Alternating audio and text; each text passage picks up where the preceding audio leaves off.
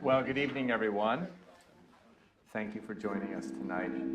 I'm Jim Ketterer. I am the Dean of International Studies at Bard College, and I am the Director of the Bard Globalization International Affairs Program. And we are very happy to do this event in partnership with the Carnegie Council, which very nicely hosts us once a semester, and very happy that we're here to talk about a timely and interesting topic with Stephen Cook, who is Senior Fellow for Middle East and African Affairs at the Council on Foreign Relations.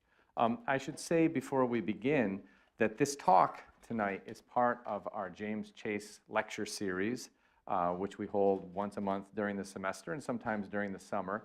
James Chase was the editor of the World Policy Journal of Foreign Affairs.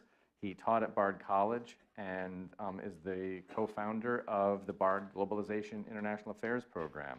He's someone that I knew, Joel Rosenthal from the Carnegie Council, and many others in New York and Washington and beyond who work in international affairs can trace their lineage in one way or another back to James Chase. So it's in his memory that we do these talks, and James, I know, would very much like this particular topic at this particular time. So if you are interested in attending more of these conversations, certainly there's a lot going on here at the Carnegie Council, and you can find all that information here and on their website, and also other talks that we do at BGIA. So please stay in touch.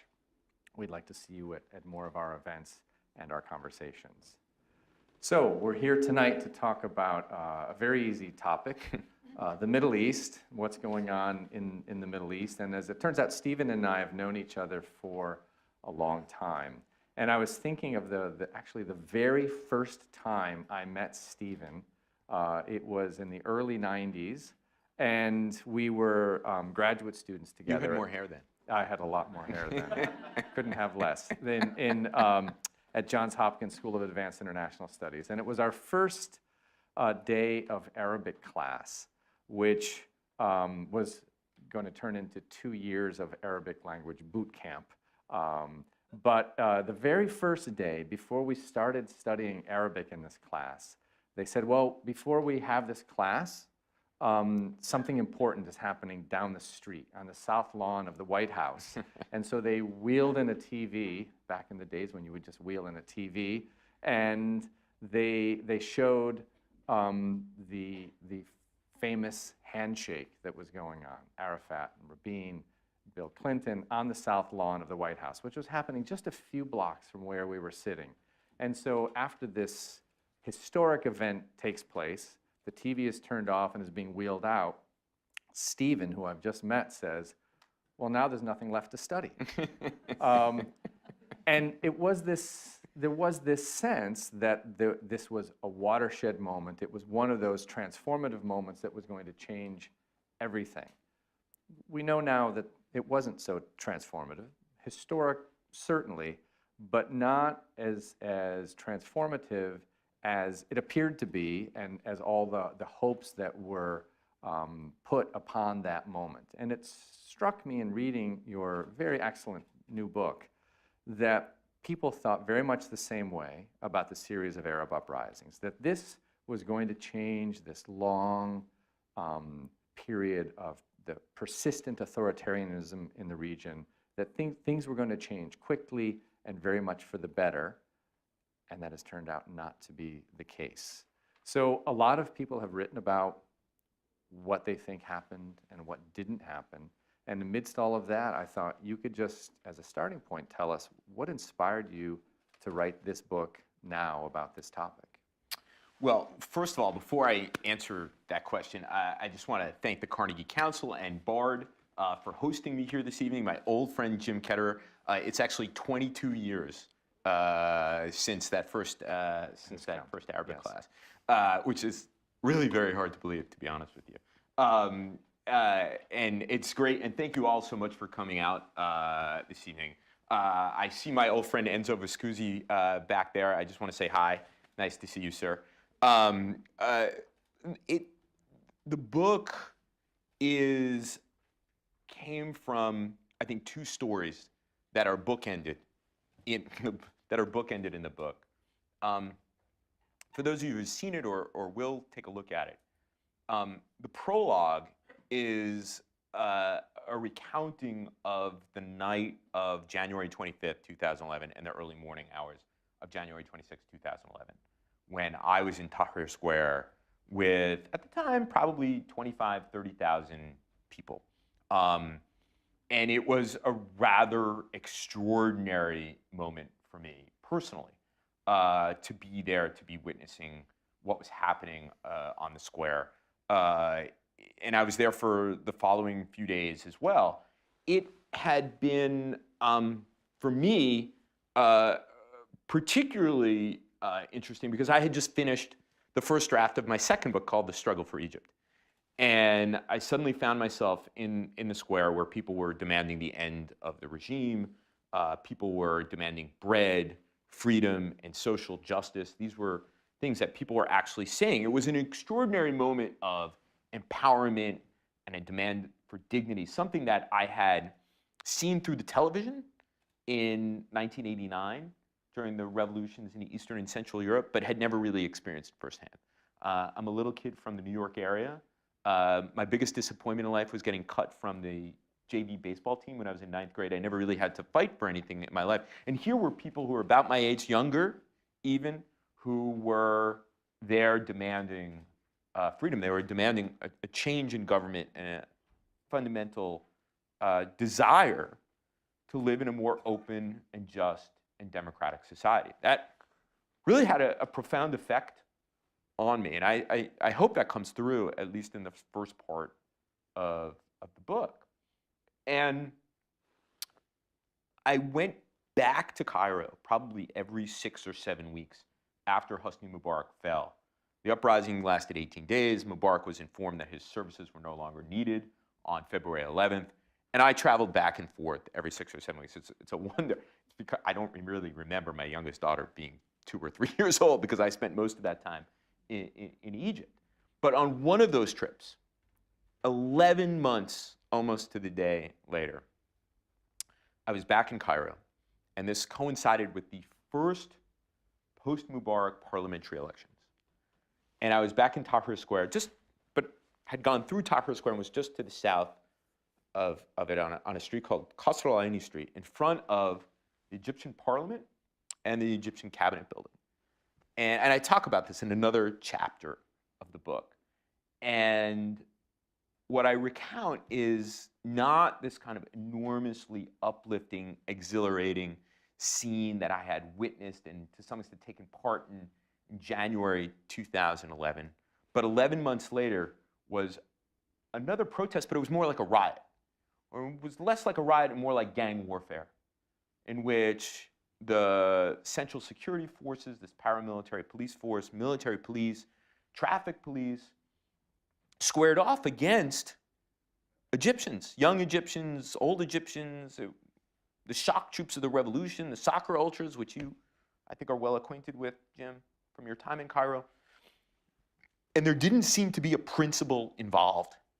It just seemed like payback. These groups had been fighting each other for 11 months, and it was quite violent. People were using parts of the street to fight, picking up the concrete, breaking up the concrete and bricks to fight, Molotov cocktails, buckshot, live gunfire. At one point, an errant Molotov cocktail entered the Institute for Egypt, which has artifacts going back to the 18th century in Egypt. It was quite eye-opening. And instead of hearing chants like bread, freedom, and social justice, or hold up your head, we're Egyptian, I heard death to the field marshal, people literally braying for blood. And I started to think, well, what if this doesn't happen? Our frame of reference and the assumptions that everybody had made when Mubarak fell and before him, Zine al-Abidine Ben Ali in Tunisia had fallen in a month. Gaddafi was driven from Tripoli in August 2011, killed in October 2011, and by the way, as only the New York Post headline writers could write it, killed by a Yankees fan, because the guy who pulled the trigger was actually wearing a New York Yankees cap. It was kind of macabre headline.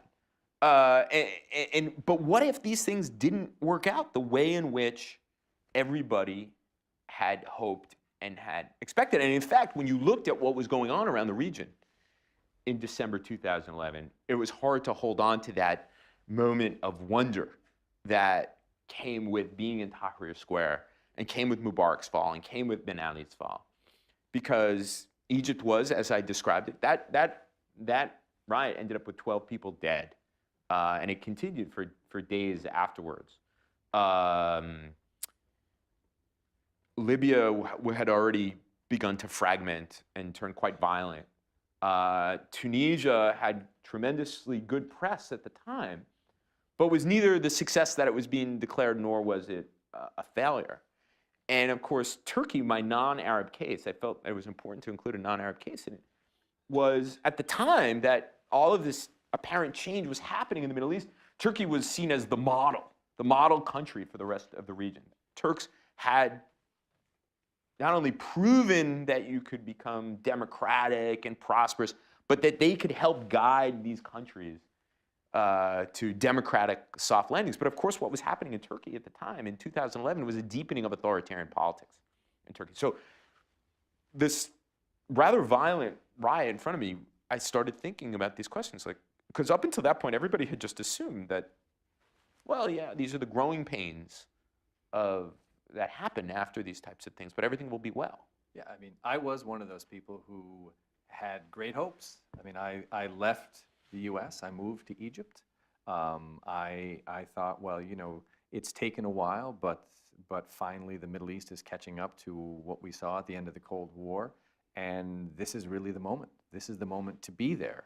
And so I arrived in Cairo a couple months after the revolution, and you could already see some sense that it might not work out so well, but also a lot of effort that was being put in to kind of mythologize the revolution. And so the tension between those two was really quite striking. And then you see the other things happening around the region, and it had this sense that things were really not only not going well, but spinning out of control. That, you know, Hosni Mubarak saying it's either me or chaos seemed rather prophetic fairly soon after I arrived in the middle of 2011. But the other part of your book that I think is really important is you also talking about how Washington works, how Washington tries to grapple with difficult issues like this, chaotic issues that don't lend themselves to an easy narrative. And so I was working closely with people in the U.S. Embassy in Cairo, and I think, you know, they also were very optimistic about what might happen.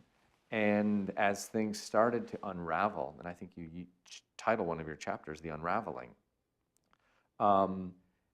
they appeared to be a little slow to respond.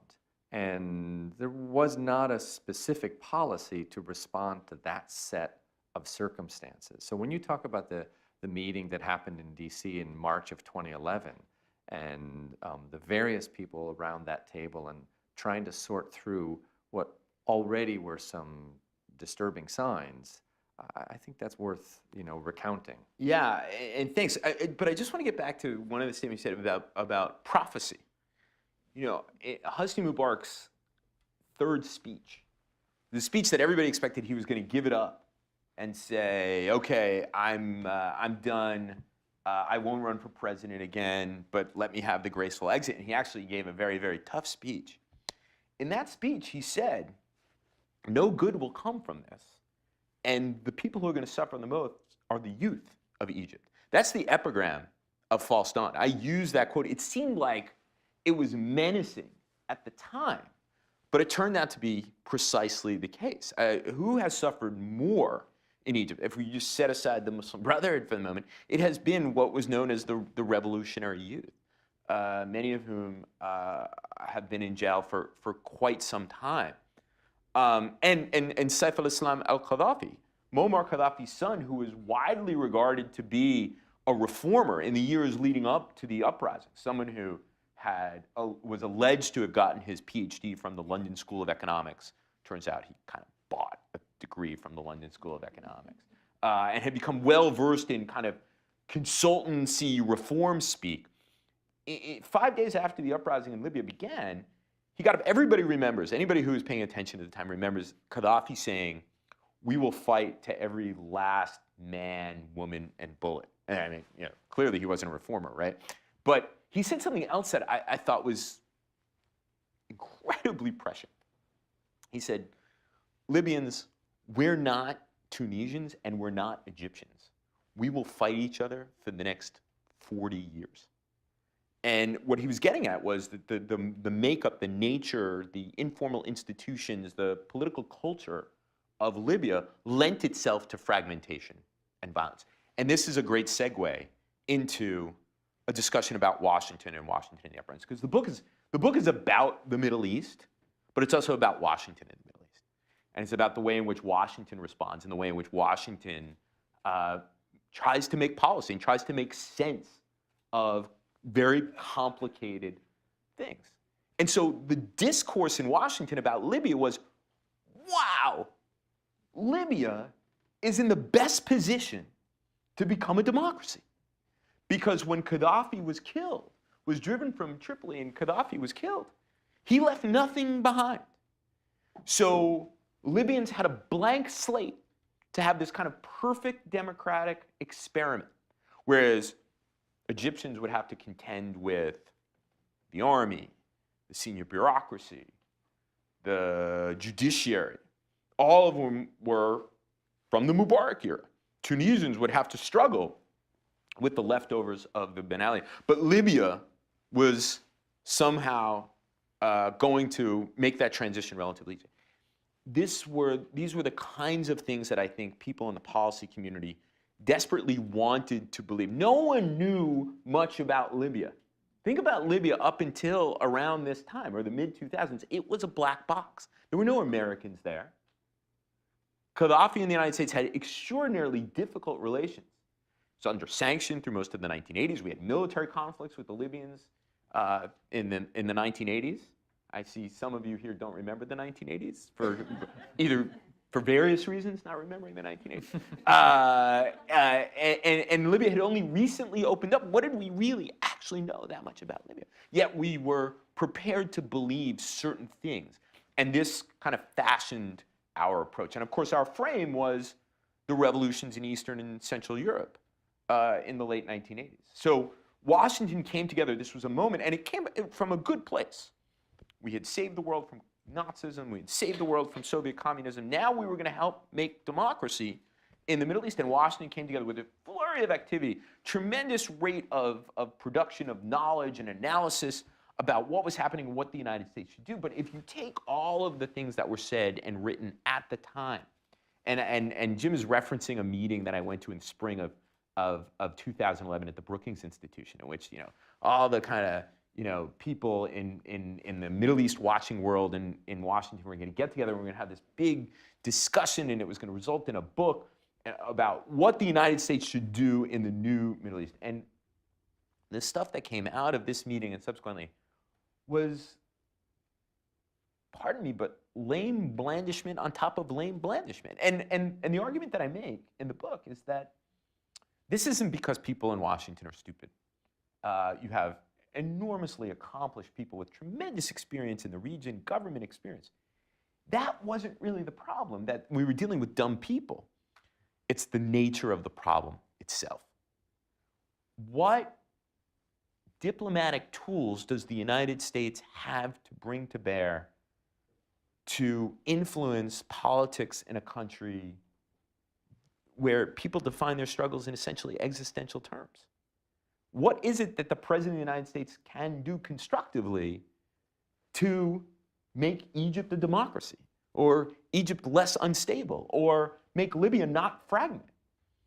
These are conflicts that are at the very root of societies that are asking kind of basic questions about their identity, about what kind of governments they want, what kind of societies they want. And when the stakes are so high, outsiders have very, very little ability to influence how politics works. And there's this certain conceit in Washington because we have all of this power that we can somehow leverage that power into getting people. And it's an uncomfortable view because it suggests that people in the region don't have their own ability to calculate their own interests and what their politics on the ground is, and that we can somehow shape their behavior by either making statements or withholding aid or adding aid. When I think this entire episode proves that, at least when it comes to these kinds of conflicts, these kinds of existential conflicts about what it means to be Egyptian, or what Libyanness even means at this point. What kind of societies these people in these countries that are experiencing these kinds of uprisings and conflict want, that there's not a lot that the United States can do. But nevertheless, Washington gets all geared up to help. One more anecdote on this. I remember, I guess it was probably a year after this meeting at the Brookings Institution. And So I went 2012. 2012. And I went to a meeting at the State Department. I got asked to go and listen to a presentation from folks at the State Department about what big idea they had for the Middle East. And I'm sitting there. It wasn't a very big group. I'm sitting there, and I'm uncharacteristically quiet throughout this meeting. And it dawns on me that what they're proposing, it was some sort of region-wide bank that will invest in infrastructure and social development, and I couldn't quite get my arms around exactly what they were doing, but it had echoes and things that people had proposed before. And finally it dawned on me, this really didn't have that much to do with the Middle East or what was needed in the Middle East. It had to do with what we call in Washington the interagency process. Who got the money to do what, and justifying one's existence for members of Congress who are appropriating this money. And so this is the kind of thing that I think, on the outside, if you're not in the Beltway and you're not part of this world, and you scratch your head and you say, what are we doing? I think is often lost, and that's why I spent a lot of time talking about this kind of thing.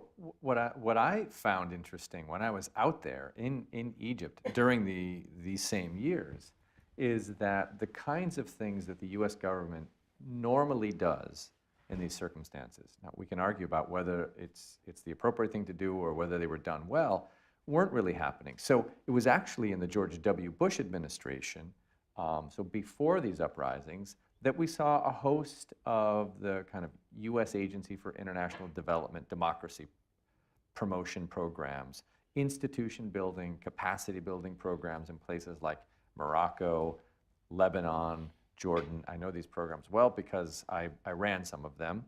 And as you note in the book, it's very hard to determine in a short-term time frame whether they really delivered on much or not. That's certainly a fair criticism of them. But given the lack of institutions in many of the countries that were now very much in need of institutions, it seemed to me that there was a lot of scrambling around, but not a lot of interest in drawing upon the tools that the U.S. government had developed during the Clinton administration and the George W. Bush administration that had some relevance to this. There seemed to be a certain amount of paralysis. I think there was a certain high principle involved in this process, believe it or not.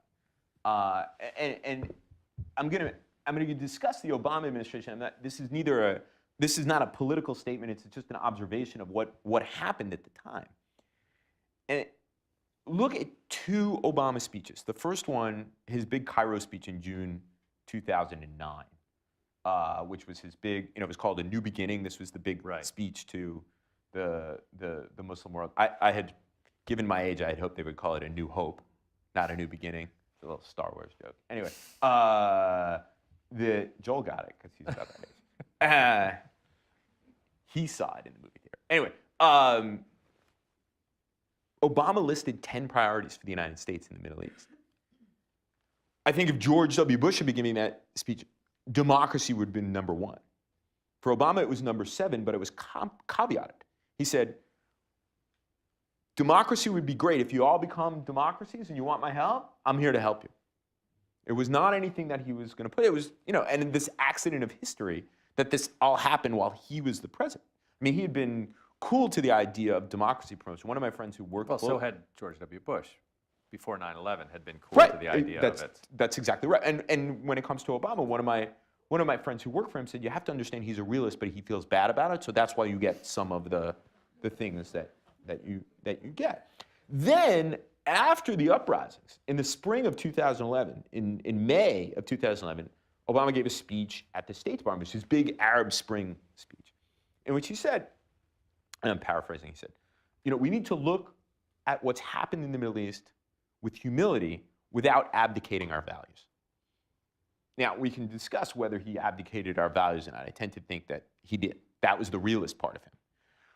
But when he said we need to look upon it with what's happened with humility, the administration made a decision that we had been tarnished, especially in a place like Egypt, because we had enabled authoritarianism over the course of many, many years, well beyond Mubarak's almost 30 years in office, and that we will accommodate ourselves to outcomes that Egyptians themselves make. We will not try to reverse, we will not try to influence, we will not try to direct. We will offer whatever best advice when Egyptians come to us, or Tunisians come to us, or Libyans come to us, and ask us for their advice. So after so many years of people assuming decades that the U.S. is, and in fact was in several cases, engineering outcomes, I mean, it was clear that the administration was saying, with the Egyptian parliamentary elections and then the presidential elections in 2012, we're not going to try to engineer outcomes.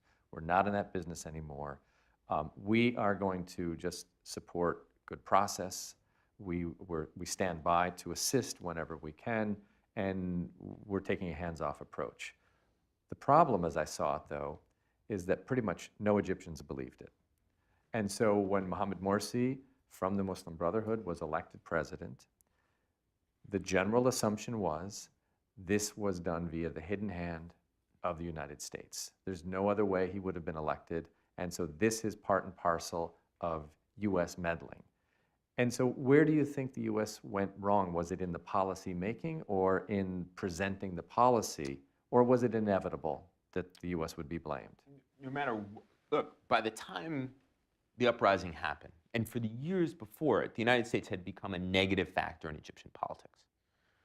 And there was this belief in the hidden hand. So no matter what happened, the United States was going to engineer Mohamed Morsi's election. They were also going to engineer the coup d'etat that brought down Mohamed Morsi. I mean, because that's the way it kind of lines up in Egypt. People either believe that the United States supports the Muslim Brotherhood or that the United States supports the military. And I think the real problem is, going back to that speech in May 2011, when the president said, we need to have some humility here without abdicating our values, that they abdicated our values.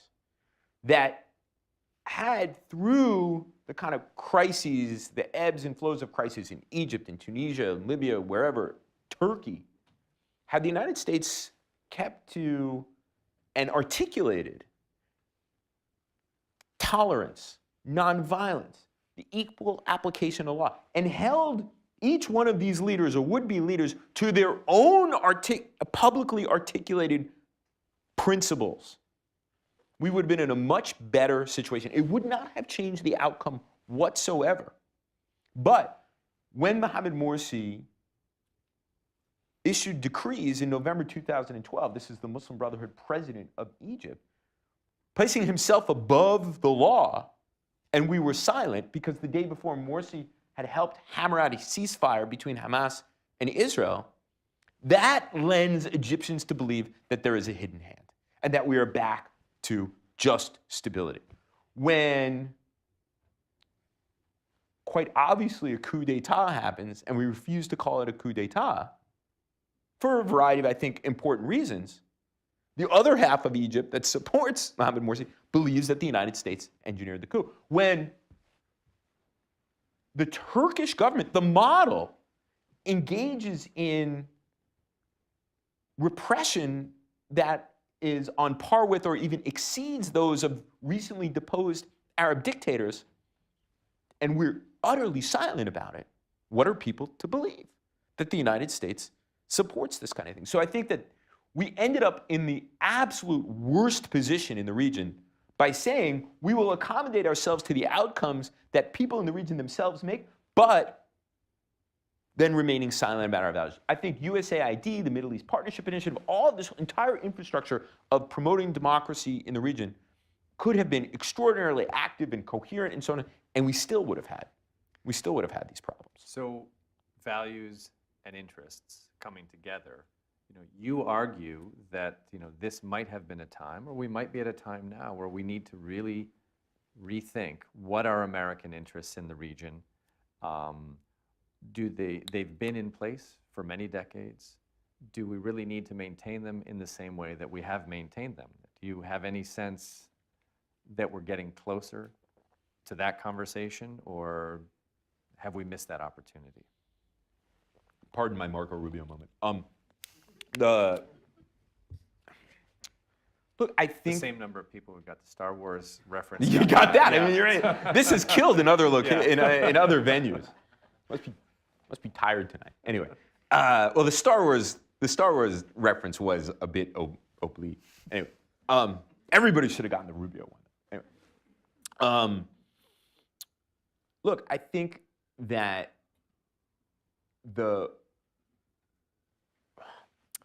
let me put it this way. I'm going to say something very controversial. I think what President Trump said in Riyadh in May about the era of the United States telling people how to live, how to arrange their societies, and that they should live with some approximation of the way we live is over. I don't think that was necessarily a bad thing. Not because I'm opposed to democracy, not because I support authoritarians, but because after this episode, after it's become clear that we have very, very little ability to alter the politics in these countries, that it would be harmful to American interests to continue to do those kinds of things. Now, where I differ from the president, I know, of course, it's not the only thing that I differ from the president, is that his gutting of the foreign affairs budget. You talked about USAID and these democracy and governance programs, and we've had long conversations with this over many years. And my view is that we should get back to the basics, both in our kind of broadly thinking about the Middle East, and when we think about the missions of organizations like USAID. So to me, Abdel Fattah Sisi, Recep Tayyip Erdogan, even Beji Sepsi, the alleged democratic leader of Tunisia, aren't much interested in democracy and good governance programs. The Moroccans, the Jordanians, they're very good at writing these grant applications and extracting this reform-minded money, but it hasn't really changed things. Maybe it's a 50-year project, and I'm being unfair. But it seems to me that if we go back to what USAID used to do, which is actual development work, rural electrification, potable water, developing sewerage, protecting historical sites, those kinds of things, doing public health, education, that international exchanges, Fulbright, et cetera. Those kinds of things, I think, over a longer period of time, are more helpful to your average person in the Middle East than good governance conferences with Egyptian governors at the Four Seasons Nile Plaza.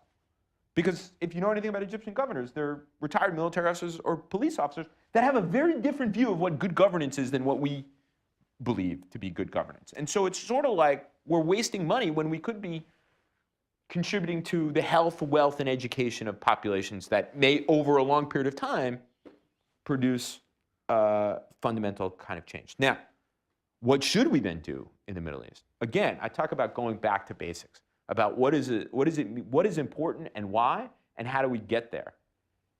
It strikes me that after this episode, after Operation Desert Storm, and this kind of America striding the world alone, basically, and then the kind of post 9/11 environment where we determine that what goes on inside of these countries so uniquely uniquely produces terrorists, where I don't think that that is the case.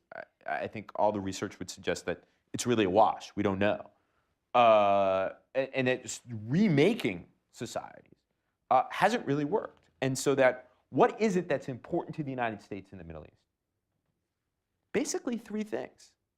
The free flow of energy resources out of the region, helping to ensure Israeli security, making sure no other country dominates the region other than the United States. You can add counterproliferation and counterterrorism to those things as well, but I think those three big ones are the things. Now maybe they're not as important as they once were. Maybe it deserves a national debate, a national conversation about whether those are really our goals.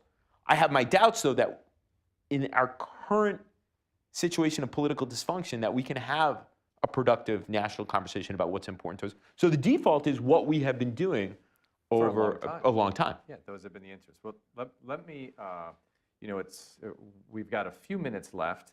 We haven't talked about... I'm just getting warmed up. We haven't talked about Syria. We haven't talked about Yemen. We haven't talked about Turkey very much.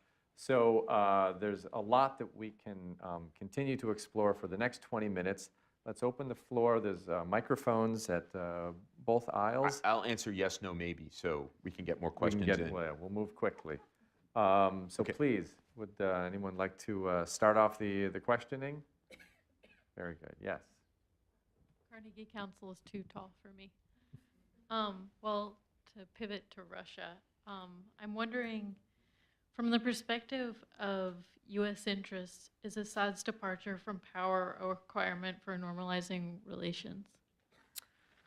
Well, I think we're going to be, so the question is, can we normalize relations with Syria or normalize relations with Russia?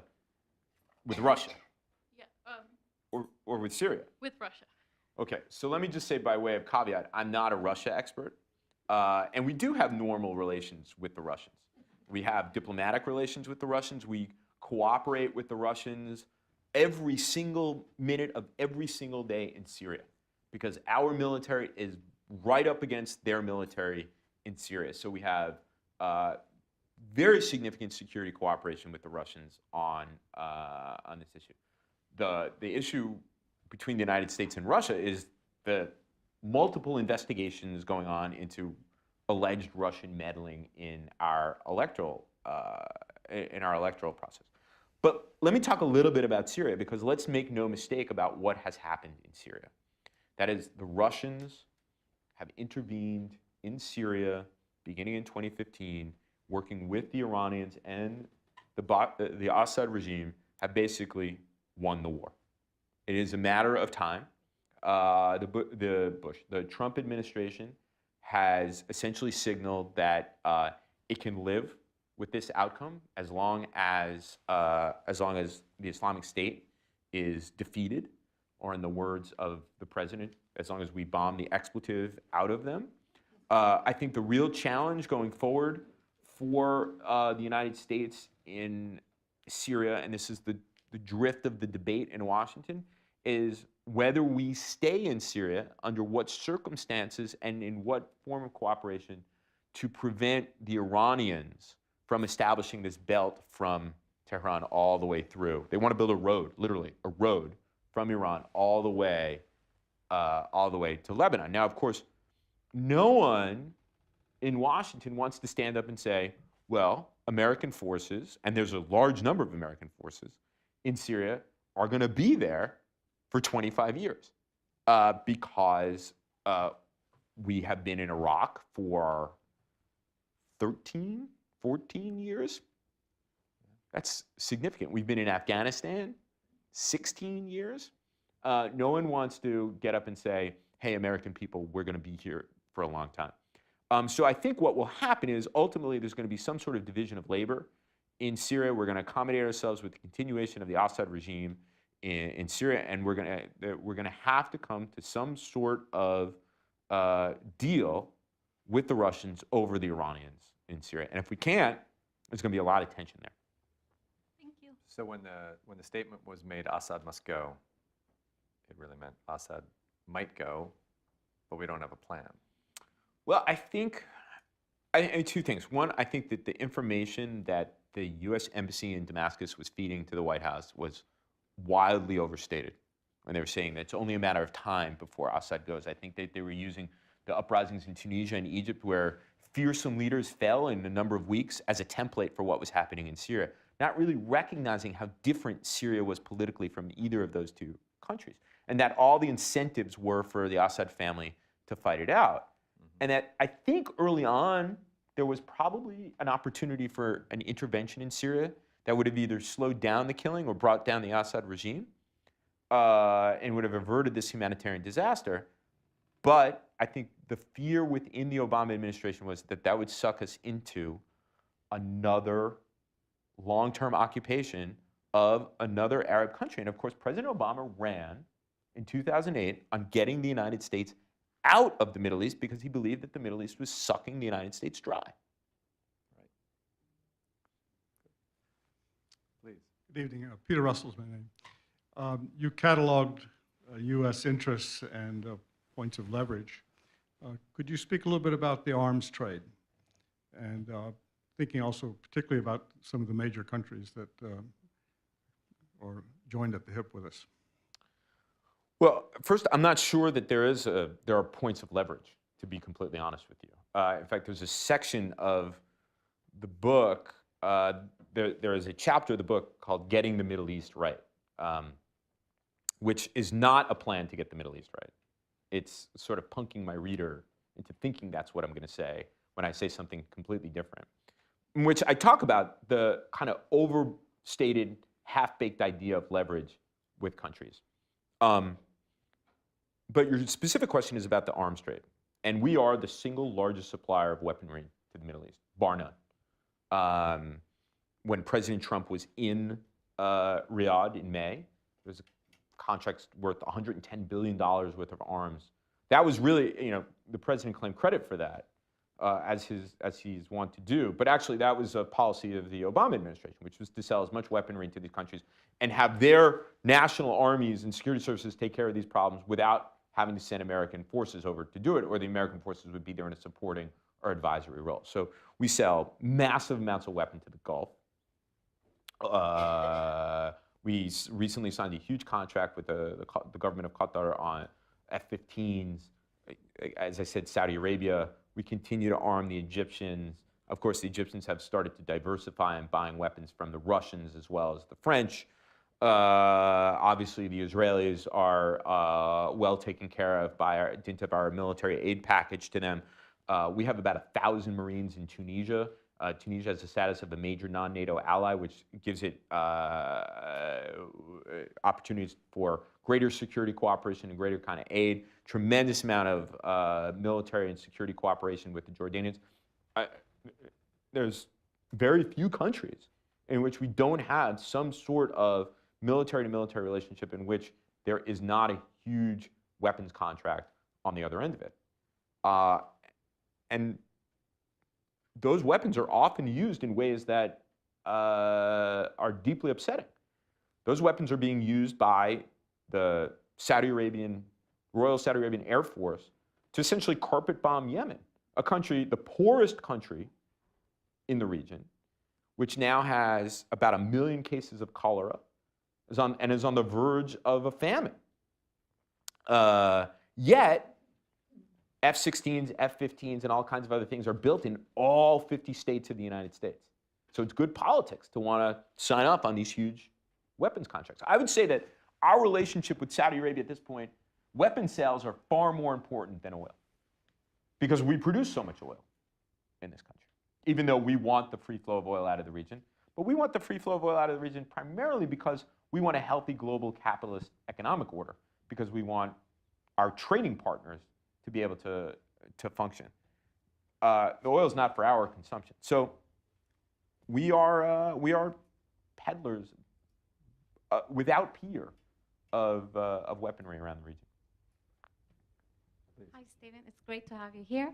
Hi, Stephen. How concerned are you by the developments in Turkey? I know you're following very closely, and I know you've been bombarded through Twitter by some of Erdogan's trolls, and you've been doing great, and we're so proud to watch you. So now they're the second largest army in NATO, And for the first time, it seems that the pro-Russia generals are in power of the army. As you said, the US administration has been very quiet, and there's a lot of anti-Americanism going on in Turkey. And a third arrest warrant has been out for a US consulate employee. Are you concerned at all? And I was just listening to what happened in Egypt. I remember how Erdogan's intelligence chief had told Mursi to go to Iran, and he went to Iran, came back, and then the coup happened. So trouble that started. So thank you, Suna. It's nice to see you. So it's just some context for those people who aren't following Turkey on a daily basis. As I mentioned in my opening, in talking about the context for the book, there's been an acceleration and deepening of authoritarianism in Turkey. A lot of people point to the summer of 2016's failed coup, but actually the purge that has happened since then is actually an extension of a purge that had been going on for a number of years beforehand. And Turkey's, kind of genuine liberalizing reforms really came to an end around 2007 and 2008. And the situation is quite dire in Turkey. I mean, am I concerned about it? I can't even go back to Turkey. So I have voiced my objective analysis in saying that, Erdogan's claims to be, leading some sort of democratic state are obviously inaccurate. And Turks have taken umbrage to this. But the latest flare-up between the United States and Turkey, among many recently, I mean, the Turks have say that they're buying Russian defense articles, have complicated our military operations in Syria because they don't like who we're working with. They actually have a point on that. We're working with a Syrian Kurdish group that is connected to a Turkish Kurdish terrorist organization that has been waging war against Turkey for 30 some odd years. These are the complications of Syria and the fight against ISIS. And there has been this drift. What once was considered by President Obama a model partnership, by the George W. Bush administration as a country of critical strategic importance, doesn't look like an ally. Or it's an ally because it's a member of the North Atlantic Alliance, but it's not much of a partner.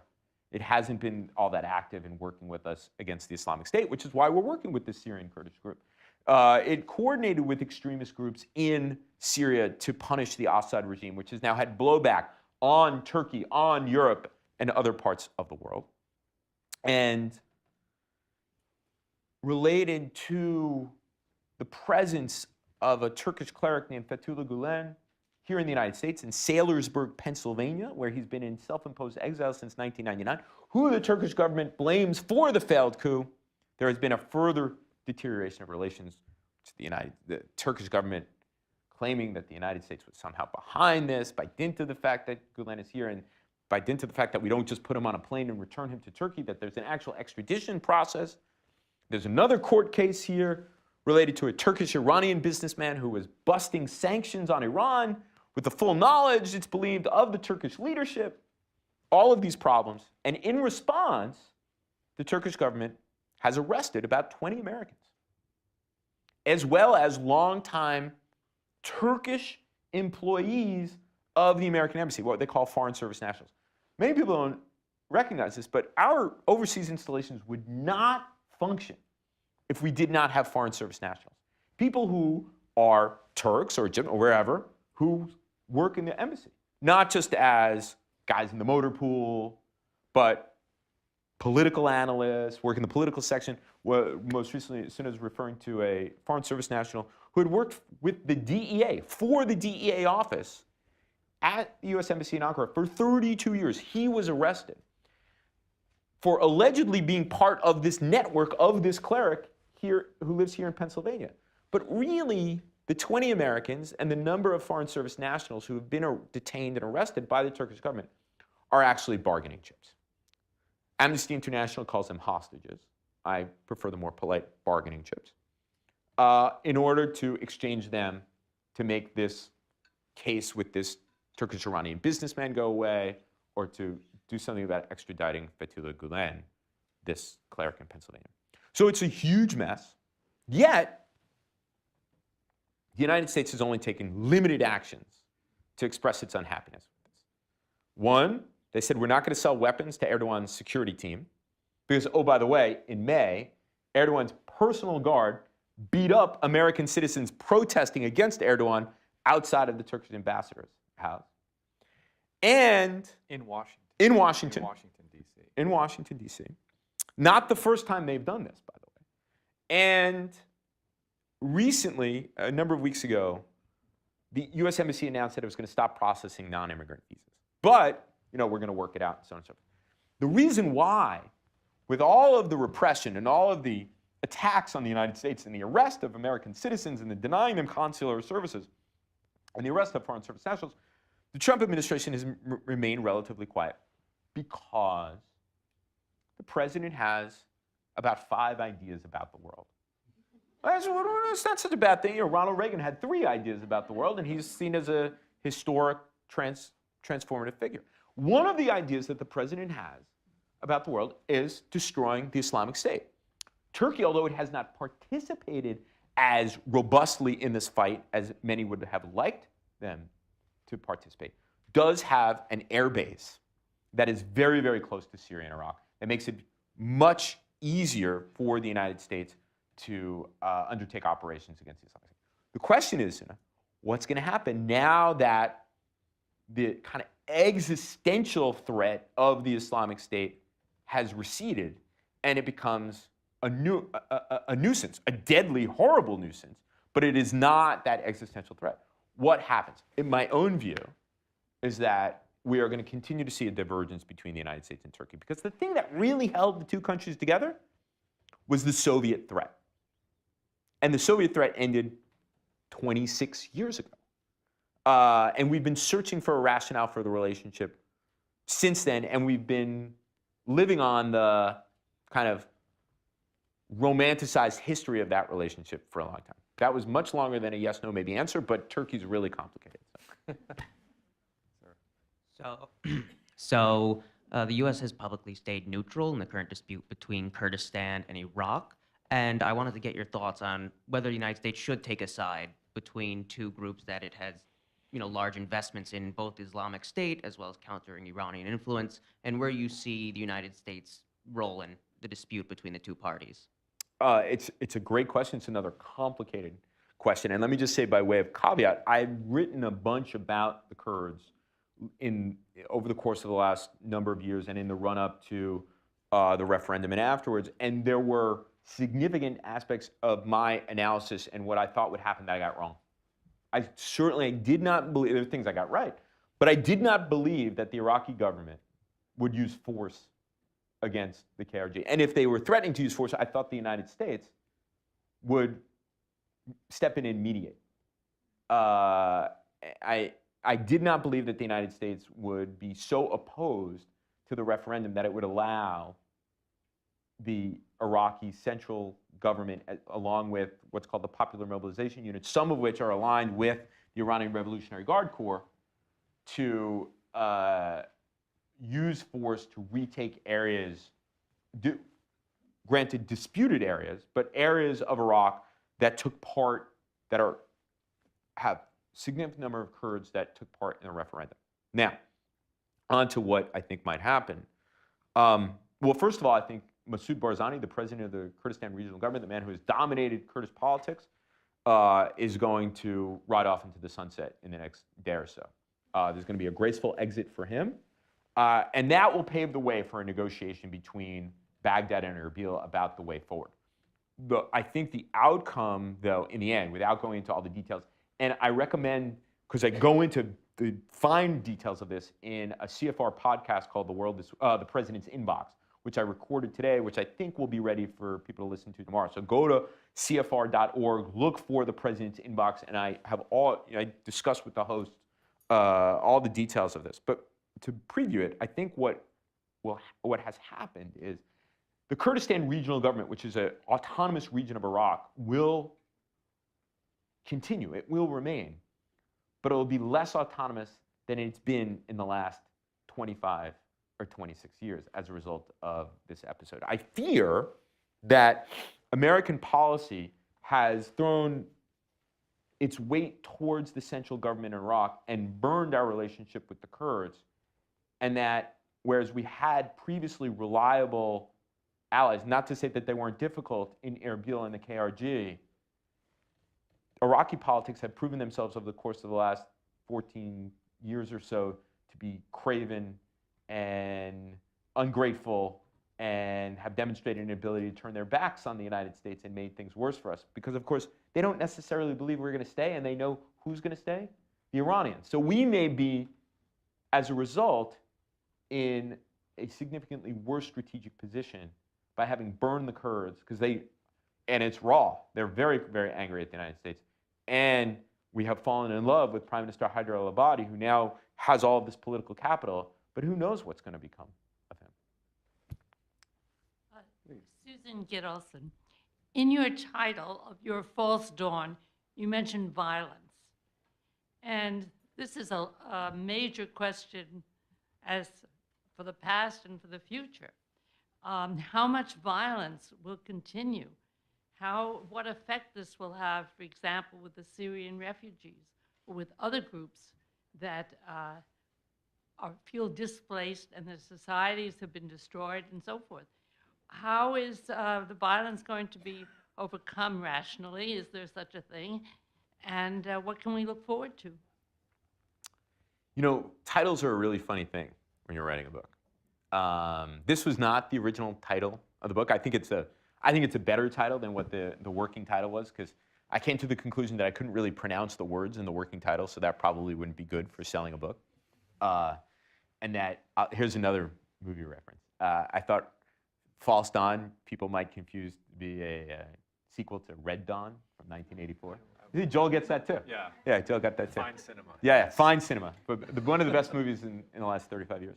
But what I wanted to drive home in the title, False Dawn, Protest, Democracy, and Violence in the New Middle East, is that these are all features of the Middle East going forward.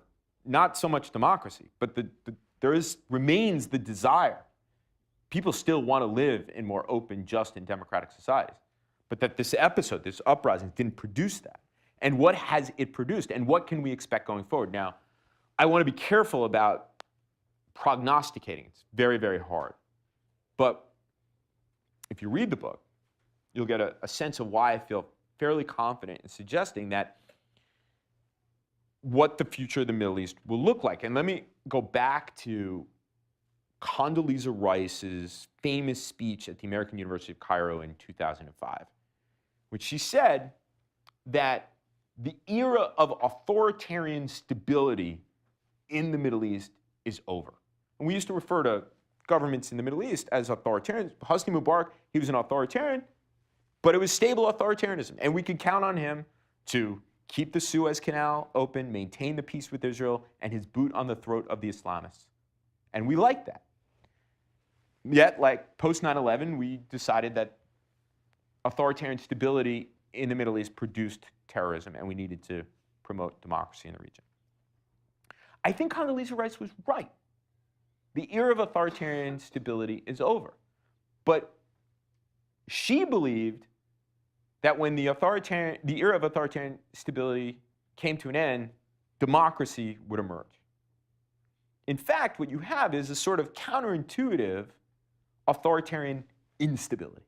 And that will be a characteristic of the Middle East going forward. And what I'm saying is it's sort of contradictory, because authoritarian suggests control and instability suggests something that's out of control.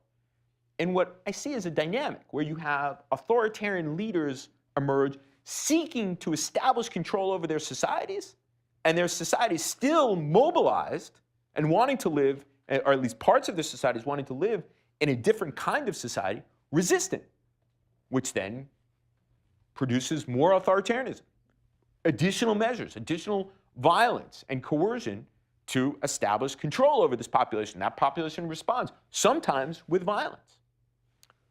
So it seems to me that what you have for the foreseeable future is a lot of what you're seeing today. Political contestation over everything, unsettled politics, non-agreement, instability, and authoritarianism. Until leaders emerge that can answer the questions that Arabs and Turks have about their societies, about a positive vision that answers, what does it mean to be Turkish? What does it mean to be Egyptian? What kind of society do we want? What is the relationship between religion and society? What is the relationship between the individual and the state? These are questions that have not been settled. Until they're settled, I think you're going to have a lot of competition over what society is supposed to look like, and that will often manifest itself in violence. Well, with that, let me It's a real uplifting. Yeah, let me just say that I always say to my students, anyone who offers you a simple answer to complex questions in the Middle East or any place, you should probably stop listening to them. So I mean, that you're offering nuanced answers to very complicated situations. I think part of the problem before the Arab uprisings was that people said, well, authoritarianism is just the way that it is in the Middle East. And then very quickly people said, well, now it's all going to be democratic. And again, now I think all too often people are reverting to the idea that, oh, the area simply is not conducive to the growth of democracy. Those are all too easy an answer, and I thank you for giving us much more nuance, much more complexity. Before you bring it to an end, I know I'm looking at the clock and Jim's like, oh God, Yeah. we're 4 minutes over. Let me just say one more thing about this false dawn. This is not an argument that Arabs and Muslims can't live in democracies. That culturally they're unsuited to this. Not at all. In the book, I go through some very specific reasons why these uprisings did not result in transitions to democracy, but in no way, shape, or form do I make the argument that that possibility is forever closed off. Right, but though there are many who do make There that are argument, many and who do that's that. yet another reason that people should read your book, because it does, though it was initially a false dawn, it's not necessarily all false hopes. I mean, It's not. It's people have asked me this. It's kind of it's a little tough going. There's not a lot of good news in this, and to me, it makes it more interesting. It makes it a much more human story. That there are these moments of triumph that aren't met with success, and how people deal with it. It's a work that's informed by social science, but it's really also stories about Egyptians and Tunisians and Turks who want to live in more democratic and open societies. Well, that's a good note to end on. I'd like to thank Joel Rosenthal and everyone here at the Carnegie Council for being such wonderful hosts. Thank you all very much for coming this evening. I'd also like to thank the BGIA students who are here and everyone else from BGIA. And They're the ones who didn't get my jokes because I'm too old. And to thank Stephen Cook from the Council on Foreign Relations. We can now move to the reception and continue the conversations, and you can find ways to purchase this wonderful book. So thank you very much. Thank you all very much.